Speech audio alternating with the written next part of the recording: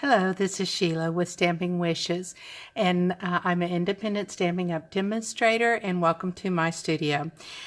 Today we're doing our Glitter Queen blog hop, and our theme is Think Outside the Box. So we did anything that was a box, and this is what I came up with. So it holds, let me pull which one has the eggs in it, this one. It holds 2 of the Cadbury eggs, and there's a little piece in it. It's held with a belly band, okay? And then it opens up with the lid, and the lid stays on, and then you've got the case in there to place your 2 eggs with. And then it also has our little window sheet there so that when you're glancing at it from this angle, you can see the eggs as well. So it makes a really, really cute one. And so we've made one in all of the colors of the gingham paper except for the blue. So that's what we're going to do today. So let's go ahead and set this off to the side, and let's get started. Okay, today's supplies that we're using to do our little Fable Friend bunny, we're going to be using the oval stitch framelits, and I use the number 2, which is, I start from the outside and number it 1, 2, 3, 4, and so this is the number 2 that I used for it. And then we also are going to, for framing the little bunny, we're using the stitched label framelit dies, and I've pre-cut some of these pieces to save us time, and this is what we're using. It's probably one of my favorite dies in this set that I continuously use a lot. All right, we're going to be using our pearls for accenting the little buttons. We're going to be using our colored pencils and the blender pens. Here's our pencils, and then our blender pens to go with it. And we're also using that beautiful gingham paper.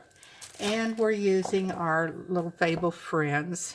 Really, really cute set. I used this one quite a bit since it came out.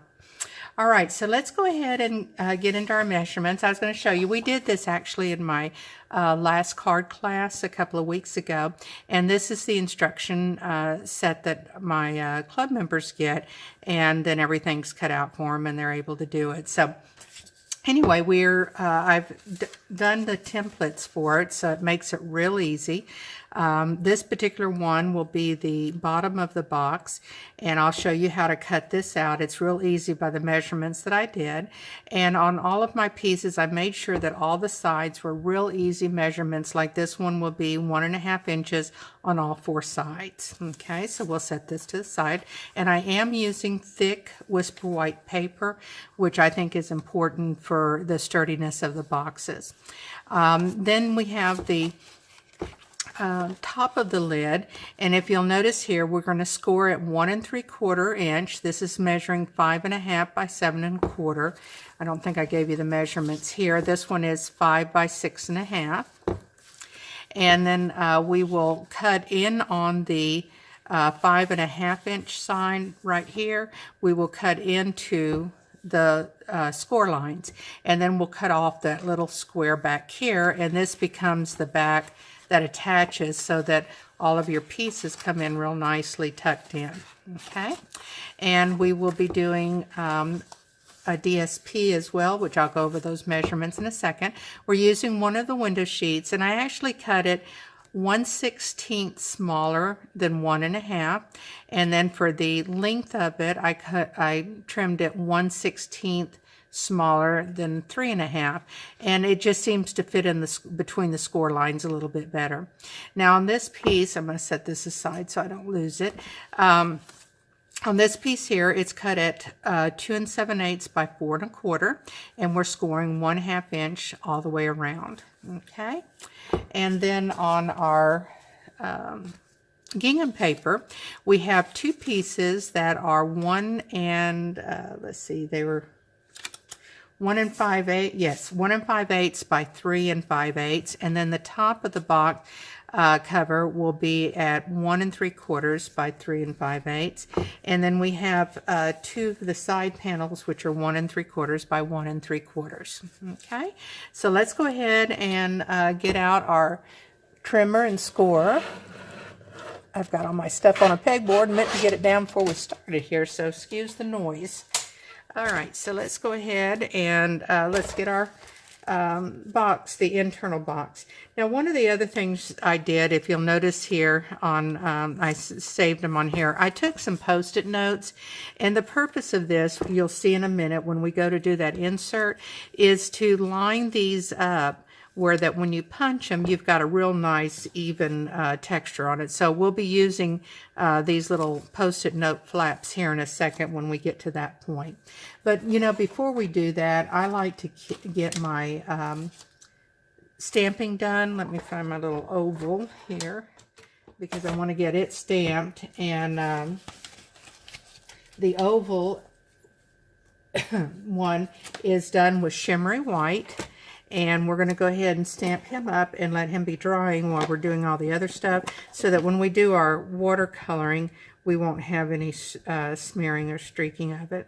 When I do watercoloring, or even with my blends and the like, I really do like to use, let's see, make sure I've got it in the frame here. I really like to use the shimmery white because it seems to work so well in all of those particular, what am I trying to say, mediums.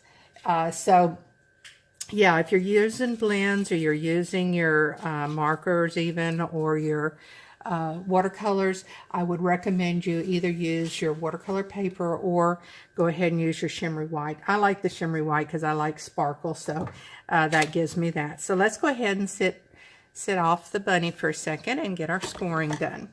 All right, so on this piece here, remember we're going to go and make sure you have your scoring edge. And let me make sure I've got it where you can see it. I'm going to come in at 1/2 inch. Remember this, when you're coming on this side of the board, that's your 1 inch, 3/4 inch, and 1/2 inch. That's the easiest way to make sure you've gotten onto the right line. And I just find it easier because I can hold it from this side, and I just make sure that both of my lines are evenly distributed there, and it just makes it easier. So we scored it 1/2 inch there. We're going to score it 1/2 inch here, and 1/2 inch there, and our last 1/2 inch. Okay, so this is where I'm going to come in and cut on the sides here.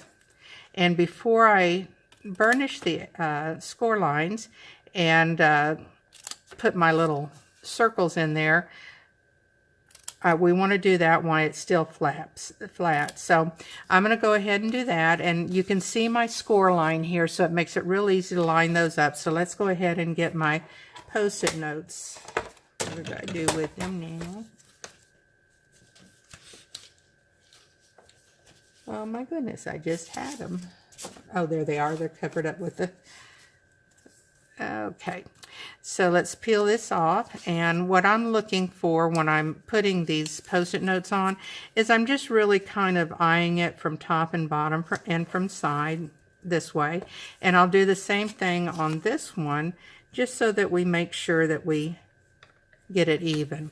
Okay, and then we're going to use our 1 1/4 inch punch. Let's make sure I did bring it over here. I thought I had.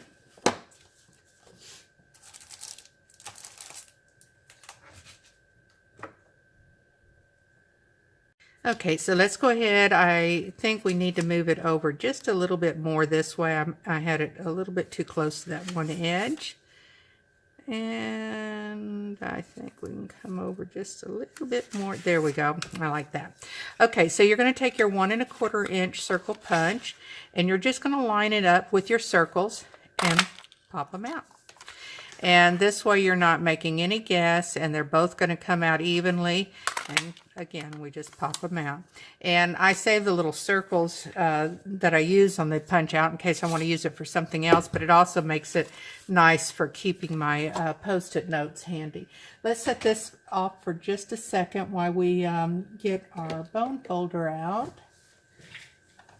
and score all of our pieces here.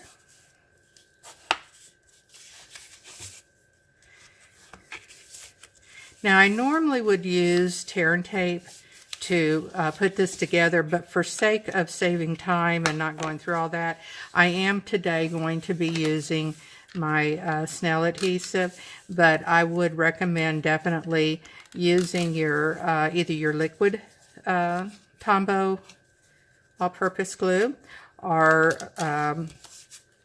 your tear and tape. Okay, that's what I used on all my other boxes, but again, it just saves me a little bit of time if I can quickly put them together. Okay, and you want to make sure you score off all your little corners. Make sure you've got a nice crisp corner there. Okay, and this will be your insert when we put the bottom together. So let's go ahead and get our bottom together. And as I mentioned to you, I am going to be showing you how I nicely set that window piece in that you'll be able to do yourself as well. So let's get our scoreboard back out here. Okay, so again, we're going to do 1.5 inches on all sides. So let's go ahead and bring this on over here to 1.5 inch and score. And another side at 1.5 inch and score. And 1.5 inch and score. And 1.5 inch and score. Now, as you'll see, I've got all my score lines here, and hopefully they're not too. I'm going to go ahead and cut in to both of these little flaps here, and then I'll show you how we're measuring it. Well, we could go ahead and actually measure that out and then cut our flaps. So why don't we do that? What I did was, let's move our score line out. I came up to the 2 inch because, again, I'm wanting to keep about a 1/2 inch border around and 1 inch up. So that leaves me a 1/2 inch over here, because remember, this is 1.5 inches wide. So what I did was line it up on the 2 inch, and then I came up here to a 1 inch, which is right there. Okay, and then I flipped it over, and that gives us a 1/2 inch from the score line to the cut line. Lined it up over here at 2 inches again.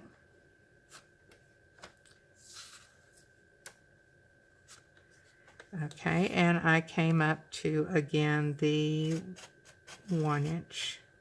Okay, so then what I did was to line it up with the 1 inch over here, and then that's going to give me my 1/2 inch over there. And so all I did really here was to, if you want to move that, you can see that the cut line is lining up. Hopefully you're seeing this. The cut line is lining up right at the 8 or a little bit over, and then over here it's at the 10.5 inch. So I'm just going to line it up over here at the 8, and then make sure that I'm even over here at 1 inch, and then I'm just going to come down here to the 10.5. And what that does is to cut out that little piece, and now we've got a little place for our window to fit in there. Okay, so we'll set this aside while we cut this and assemble the bottom of the box. So we're going to come in here, and we're going to cut each of our sides here, and then we're going to go and give it a good crisp burnish with our bone folder.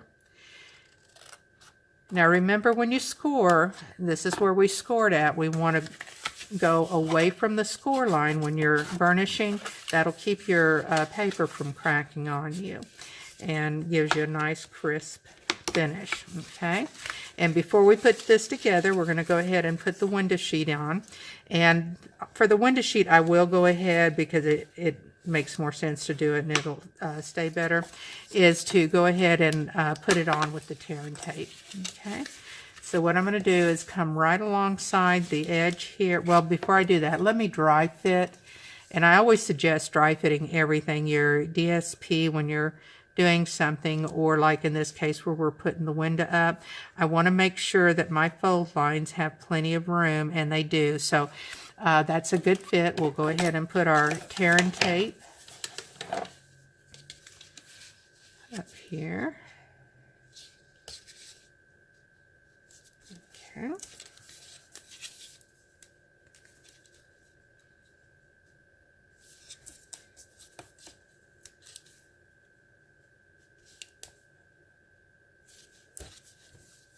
And if you get any that's on the edge there, then just go ahead and make sure you push that adhesive portion. See where it has a little bit hanging out? Make sure you push it back in, and that way it won't be interfering with any of your pieces that will be coming onto the top there. Okay, so let's go ahead and do that. And now we'll put our window sheet in, and I'm trying to line it up before I let any of it go down permanently. But I'm trying to line it up where I'm even on each of my fold score lines there. And then I just drop it into place. Okay, and so, ooh, I've got ink somewhere. Hopefully I didn't get it onto anything. Okay, let me wipe my hands off. I'm not sure where I picked that up. Probably it was from the Black Momentum ink. Okay.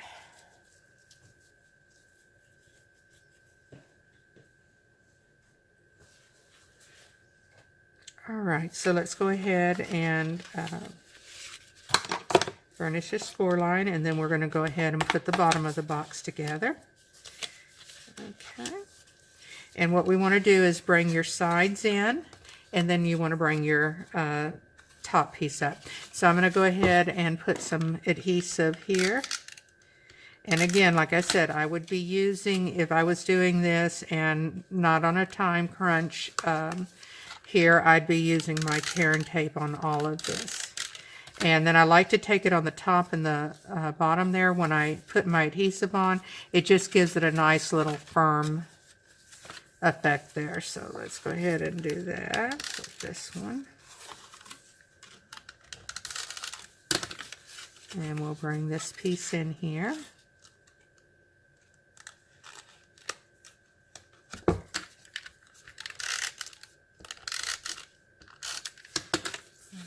Bring that up. Nice. We've got our box bottom now, and we just put this in.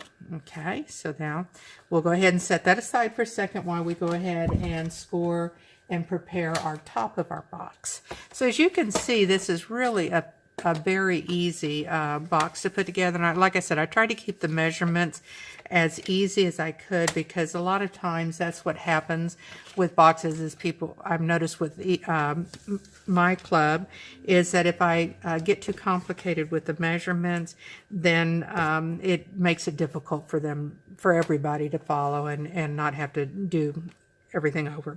Okay, so this is 1 3/4 on all 4 sides, so make sure you line it up. I think I saw some dark there. I thought maybe I got some ink on my cutter here, or trimmer.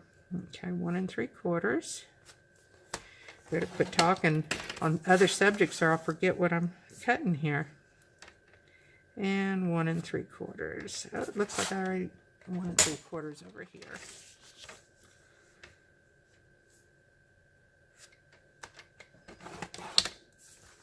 Okay. And again, I'm going to set this aside for right now. And on this one, you'll notice that just so you see the template, we're going to come in on the shorter side here and cut into those score lines. So let's go ahead and do that, because you need both of those score lines cut, but one of them you're going to go ahead and cut the square off to give you your back panel. So let's go ahead and go here, and we'll make this one our back panel. So we just want to take that square out, and we'll go up here. And this is, I designed this because I needed a little bit of head space on it. You're going to find when this comes together that the back of it is a little bit wider, which it was purposely done, than the bottom of the box. And it's also a little taller so that the oval of the egg allows it to open and close nicely and not squish down your eggs. Okay, so I'm going to go ahead and let's burnish our edges. And then we're going to put our DSP on before we construct it the rest of the way.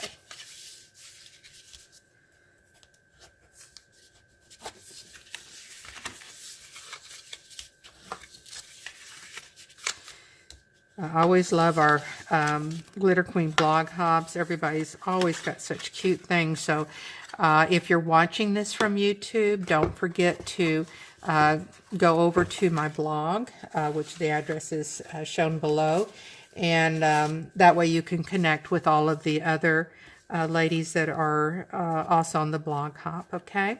So we have a choice of doing this from the small or the large, and most of them I did do in the small, so I'm going to go just for the fun of it and do the large. And again, if I was doing this from a perspective of time, not trying to, hurry things up, I would be using my liquid glue here just to give me that little wiggle room when you're putting items on that has a border edge around it. So looks good there.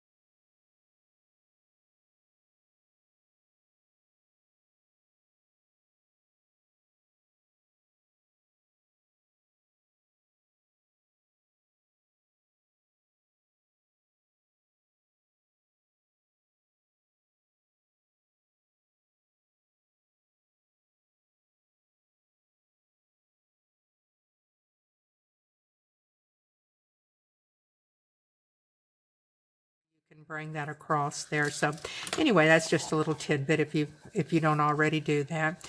But I just thought it might be pretty to lay this ribbon around here.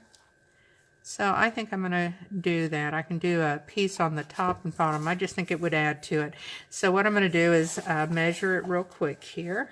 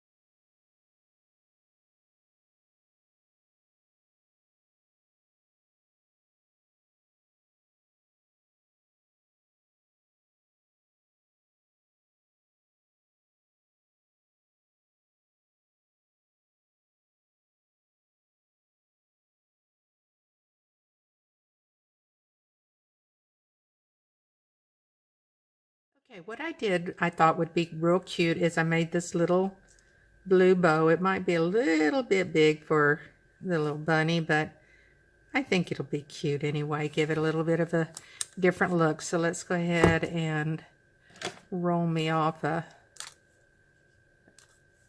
of my glue dots here and put it behind.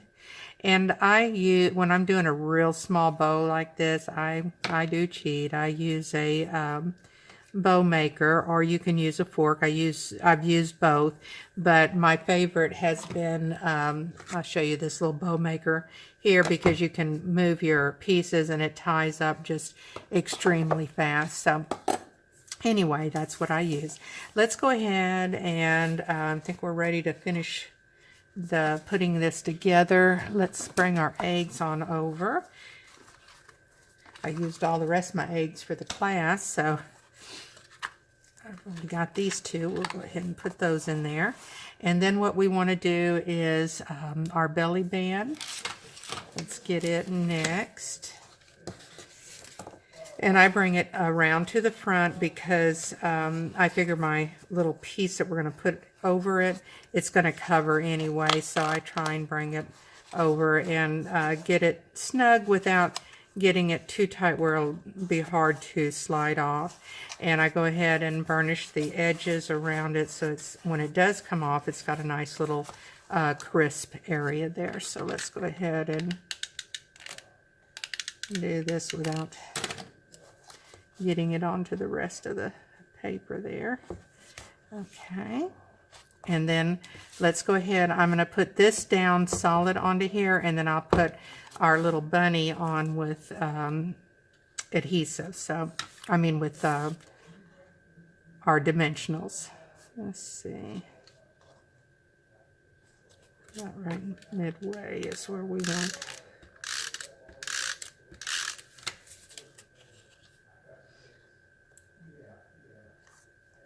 Now, I know I keep saying this, but if I was doing this, definitely use your Snell adhesive, your liquid glue, because this is a moving part, and you'll want to be sure and get that in there. Okay, so I'm going to go ahead and put my dimensionals on here.